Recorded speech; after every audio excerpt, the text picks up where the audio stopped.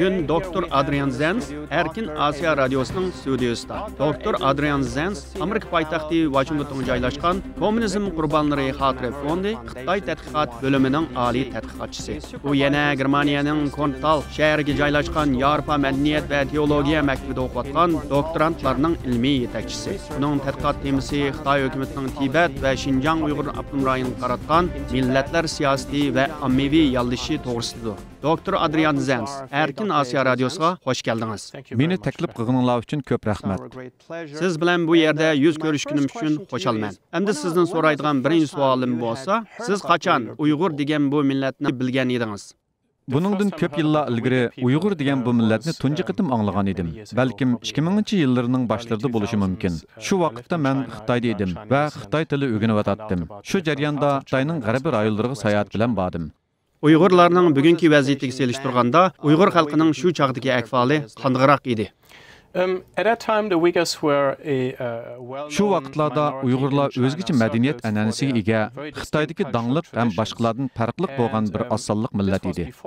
Bu 2009-yildagi Urumchi qirg'inchiligining oldidagi vaqtlar edi. Shu vaqtlarda ko'p kishilar Xitoylar bilan Uyg'urlar orasidagi munosabatlarning murakkab ekanligini bilardi. Xitoylarning Tibetlar bilan bo'lgan munosabati ham ancha yaxshi emas edi. Ammo umumiy jihatdan aytganda Xitoylar bilan Uyg'urlar mayli qandaqli bo'lmasin, birga yashayotdi. Then in August 2016, the Chinese government 2016 8 ayda Xitoy hukumati Xinjiangni Xinjiang Uyg'ur avtonom rayonining partikum sekretari qilib tayinladi. Shundan boshlab Xitoy hukumatining Uyg'ur masalasiga tutgan siyosati, ya'ni hal qilish usuli butunlay o'zgardi. Sizningcha nima uchun shunday bo'ldi? Xitoy hukumati nima uchun Uyg'urlarga qaratgan siyosatni tuyuqsiz o'zgartdi? Xitoy hukumati Uyg'urlarning Xitoylar bilan bo'lgan munosabati ham millatlar munosabati o'zining nacharlashib ketganini, shundaqdimi Uyg'urlarning markaziy hukumatga qattiq qarshilikni o'z ichiga olgan qarshiligining texnik ko'p alomatlarini ko'rsatadiganligini his qilib qoldi deb qarayman. Yana kelib Xitoy rejimi Xinjiang bir yo'l bir balvoq qurilishining markaziy rayoni bo'lganligi uchun Uyg'urlarga texnik qattiq muomala qiladigan bo'lgan. Kunming shahridagi vokzalda yuz bergan pichoq hujumi bilan Xinjiangning ichida yuz bergan hujumlar buning boshqa sabablaridir albatta. Afsuski, bu hujumlar to'g'risida xabar bergudek mustaqil axborotlar yo'q. Ammo shu chaqda Xinjiang vaziyatining qalayimqalashib ketayotganligi Xitoy hukumatiga ayon bo'ldi. Xitoy hukumatining yig'ilish lagerlarini qurishga boshlaganligi qachondan boshlab sizning diqqatingizni tortdi? Bu haqda turli mish-mish gaplar bo'lgan. Erkin Asiya Radyosi tunji bo'lib o'zining Xinjiangdagi xabar manbalari va aloqa kanallari orqali lagerlar haqida xabar berishda avangard bo'ldi. Men bilan bu haqda aloqa qilayotganlar 2017-yilning 4 va 5-oylardan boshlab men bilan bu haqda aloqalashishga boshlagan edi. Ammo Erkin Asiya Radyosi haqiqatan bu haqda eng dastlab xabar bergan taraflarning biri edi. Men Erkin Asiya Radyosining xabarlarining hammasini o'qiyotdim. Ammo shu chaqda bu vaziyatni mustaqil isbotligidek dalil faktlarimiz yetarli emas edi.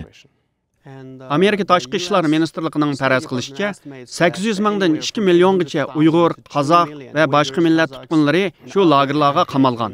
Amerika davlat mudofaa ministrligi bu sonni 3 milliongacha deb mo'ljallamoqda. Siz lagerga qamalgan Uyg'ur bilan qozoqlarning sonini zodi qanchalik deb faraz qilsiz? My personal estimate is up to 1.5 million. I'm currently reviewing documents and I'm currently Men shaxsan o'zim 1,5 milliongacha deb mo'ljalladim. Men bu mo'ljarimning to'g'ri yoki xatoligini jazmlashtirish uchun ko'plagan materiallarni ko'ryapman. Albatta, bundaq mo'ljallar to'g'ri bo'lishi notayin. Biz egilagan ma'lumotlarga qaraydigan bo'lsak, lagerda bo'lgan va bo'layotganlarning sonining eng tuvan mo'ljali ko'payib ketib boradi deb qarayman. Bu son eng oz deganda 900 ming yoki 1 milliondan tuvan emasligi aniq. Eng yuqori mo'ljallarning hammasi farazga asoslangan. Shunga men shaxsiy mo'ljarimda ehtiyotchan bo'lishga tirishyapman. Buning tafsilotlariga qarayapman. Tadqiqotingizga asoslanganda Xitoy hukumati shuncha ko'p odamni qamab olgan lagerlarning sonini zodi qancha deb faraz qilasiz?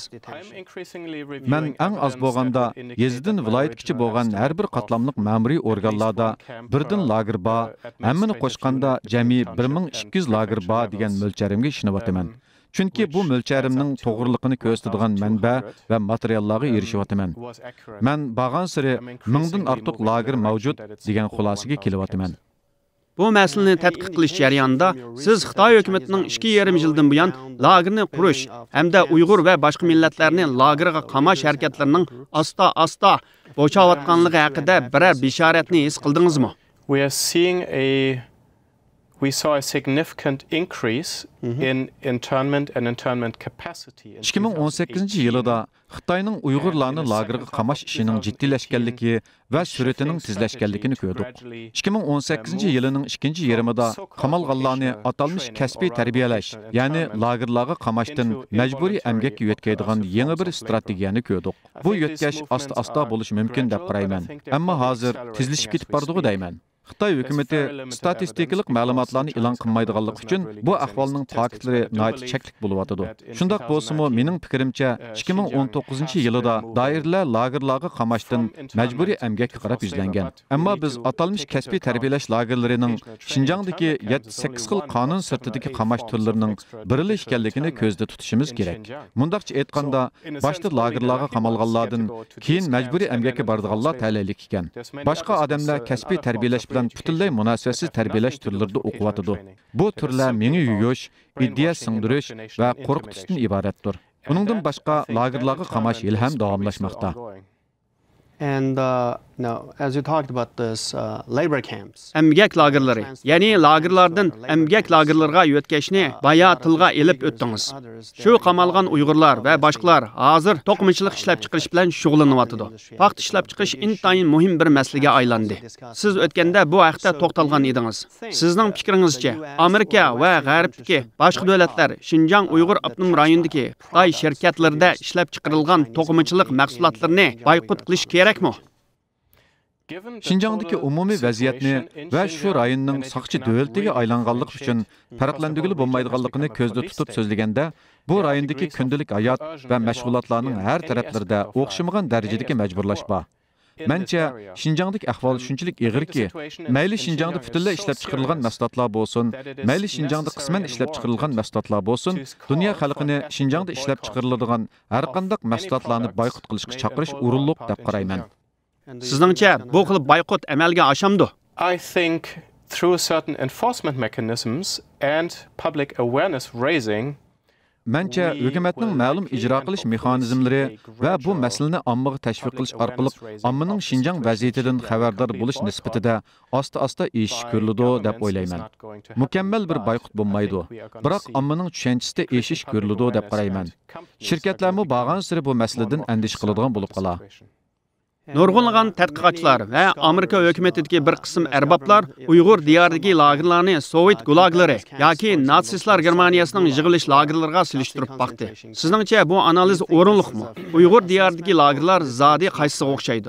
Yoki bu lagerlar butun farqli lagerlarmi? I think the best terminology for these camps in Xinjiang is re-education camp. O'ylashimcha, Xinjiangdagi lagerlarning asosiy nishoni kishilarni qayta tarbiyalashdan iborat bo'lganligi uchun qayta tarbiyalash lageri degan bu atalg'ini shu lagerlarning eng yaxshi atalg'usi deb qarayman. Xitoy Kompartiyasining ideologiyasi kishilarni o'zgartirish, assimilyatsiya qilish va o'zgacha bo'lgan kimligi bilan ularning dinini o'zgartirishdan iborat. Kompartiya musulmon Uyg'urlarni emas, balki dinsiz Uyg'urlar, xristian Uyg'urlar, oila cherkovlarining Xitoy poplari va xristian larni tutib qamagan. Chunki bu Xitoyning dinga qarshi bir ideologiyalik jengidir. Buning natijasida bu rayonda burun ko'rilib boqmagan bir vaziyat shakllangan. Right. But the thing is, the Uyghur Christians and atheists, To'g'ri, lekin xristian va dinsiz Uyg'urlar Uyg'ur jamiyatining oz bir qismini egallaydi. Jamiyatdagi boshqa ijtimoiy to'plarga selishtirganda Xitoy hukumati musulmon Uyg'ur, qozoq va qirg'izlarni bakrak nishon qilyotdi. Oila cherkovlarining a'zolarimi bor, ammo bularning soni bak oz. To'g'ri. Shundaq bo'lganda, Xitoy bu kishilarni qayta tarbiyalab, zodi nima maqsadga yetmoqchi? Ba'zi tadqiqotchilar buni madaniyat qirg'inchiligi deb atsa, ba'zilar hatto etnik qirg'inchilik deb atayotdi. Xitoy hukumatining qayta tarbiyalashdan boshqa eng oxirgi nishoni zodi nima? Mening demoqchi bo'lganim dal shu masala. Lagerlarda o'lib ketish nisbati ko'p bo'lishi mumkin. Xitoy butun millatga tahdid selish uchun ba'zi odamlarni, bo'libmi jamiyat arboblari bilan muhim shaxslarni qasddan o'ldirib etishi mumkin. Ammo bularning nishoni Uyg'ur millati bilan Qozoq millatini yo'qotish yoki butunlay o'ldirib etish bo'lmasi kerak. Bularning eng oxirgi nishoni Uyg'urlar bilan Qozoqlarni kommunizm ideologiyasi va Xitoy millatining gavdasiga assimilyatsiya qilib etishdan iboratdir. Shuning uchun men buni o'zgacha bir plan deb qarayman. Ba'zi o'xshashliklar bo'lgan bilanmi, lekin Xinjiangdagi lagerlarni Hitlerning yig'ilish lagerlariga selishtirishni ancha muvofiq emas deb qarayman. Bularni Sovet gulaglariga selishtirishning foydasi yo'q. Chunki bularning mexanizmi boshqacha. Ma'lum jihatdan aytganda, Xinjiangdagi lagerlar ulardan o'ta takomillashib ketgan. Bularni bir kategoriyada selishtirish tez. Bu bir insoniyatga qarshi jinoyat. Men uni madaniyat qirg'inchiligi deb atayman. Xitoyning Uyg'ur xalqiga qaratgan rahimsiz muomalasiga nisbatan xalqaroning Xitoyga bo'lgan narazılығы və ayıplaşları kun sayın küçüyotgan bir şəraitdə sizningcha Xitoy hökuməti Uyğur xalqiga mədəniyyət qırğınçılıq ilib berishdə muvaffaqiyat qazana alamdı? Yes. Yüzaki jihatdan aytganda qisman g'alaba qila oladi deb o'ylayman. Biroq uzun mezgilda mumkinchiligi bak oz. Chunki uzundan beri Xitoy Uyg'urlarga barobar muomala qilgani yo'q. Bundaq ahvol yaxshilanmoqda yo'q, davomli nacharlashib bordi. Bir millatni assimilyatsiya qilishda g'alaba qilish uchun ma'lum bir hukumat shu millatga o'z millatiga o'xshash muomala qilish kerak. Xitoy unda qilmayotdi. Meningcha Xitoyning bu qilmishi Uyg'urlarni va boshqa millatlarni biz barobar muomalaga erishib boqmadik. Biz zodi kim degandek savollarni o'zdan so'rashga majbur qiladi. Ma'lum bir hukumat, ma'lum bir ijtimoiy topning cho'nglar qatlamini yo'qotibasimi, lekin kichiklar qatlami yanala biz zodi kim? Biz Uyg'ur. Uyg'ur degan nima? degan savolni cho'qim o'zlaridan so'raydi. Shunga men Xitoyning bu plani g'albilik bo'lmaydi deb qarayman.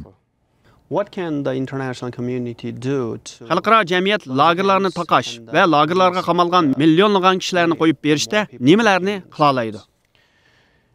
I think from what we have seen unfold in China's responses, it is my impression that unfortunately Xitoyning burun bergan inkaslaridan elib aytganda, men shundoq deb o'ylaymanki, Xitoyning o'zi lagerlarni taqib etishni qaror qilmoqcha, xalqaro jamiyat Xitoyni lagerlarni taqitishda hech nima qilolmaydi. Ammo xalqaro jamiyatning ommaviy so'rinlarda gap qilish, jamoat fikri paydo qilish va bo'layotgan ishlarga tushliq jazo qo'yishda ma'lum kuchi bor. Bular bir tarafdan Xitoyga nisbatan jinoyatidan qutlanmaydiganligini ko'rsatsa, yana bir tarafdan Xitoyga o'zining badal to'lash kerakligini eskartadi. and the US government has sanctioned Chinese Amerika hökuməti Xitoyning 28 şirkəti və saqçı orqanlarına cəza qoyğan. To'g'ri. and Sizningcha Yevropa ittifoqimi Xitoyga shuningga o'xshash jazo qo'yishni o'ylasharmi? I don't think so. I was told myself O'ylashmaydigan deyman. Yevropa ittifoqi bir ish qilay desa, cho'qim a'zolarining birdak ovoziga erishishi kerak. Sharqiy Yevropadagi davlatlarning bir qanchasi Xitoyning ta'siriga haddidan ziyoda uchragan bo'lg'achqa, ular o'rtaq ovozga erisholmaydi.